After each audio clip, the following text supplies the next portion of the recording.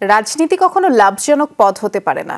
জাতীয় রাজনীতিতে আদর্শের মূল্যায়ন হওয়া উচিত বলে মন্তব্য করেছেন জাকের পার্টির মহাসচিব শামীম হায়দার। সকালে জাতীয় প্রেস ক্লাবে জাকের পার্টির ছাত্র ফ্রন্টের সংবাদ সম্মেলনে এসব কথা তিনি বলেছেন।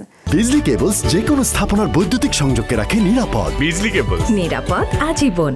জুলাই বিপ্লবের উদ্দেশ্য যেন কার্যকর হয় সেই প্রত্যাশা করেন তিনি। বলেন, বিভেদ সৃষ্টি করে জাতিকে বিভক্ত করা যাবে না, সংস্কার প্রতিটি সেক্টরে হতে হবে।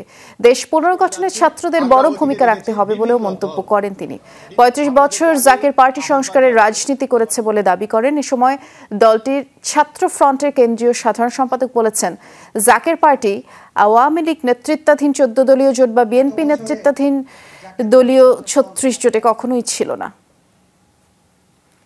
জাকের পার্টির ছাত্র ফ্রন্ট শুধু শিক্ষা নয়, সুশিক্ষা স্থাপন করতে চাই দেশের ভিতরে। তাই আমাদেরকে সুশিক্ষায় শিক্ষিত হবে, যেই শিক্ষায় এই জাতি মাথা উঁচু করে দাঁড়াতে পারে। রাষ্ট্রদ্রোহিতামূলক কোন কর্মকাণ্ড, পড়াশোনা থেকে ছাত্রছাত্রীদের মনোযোগ সরে যায়, দায়িত্ব জবাবদিহিতা থেকে মুহূর্তের তরে তাদের বিচ্যুত হয় পথ থেকে, এই ধরনের কোন কর্মকাণ্ডে ছাত্র ফ্রন্ট কখনো জড়িত ছিল না।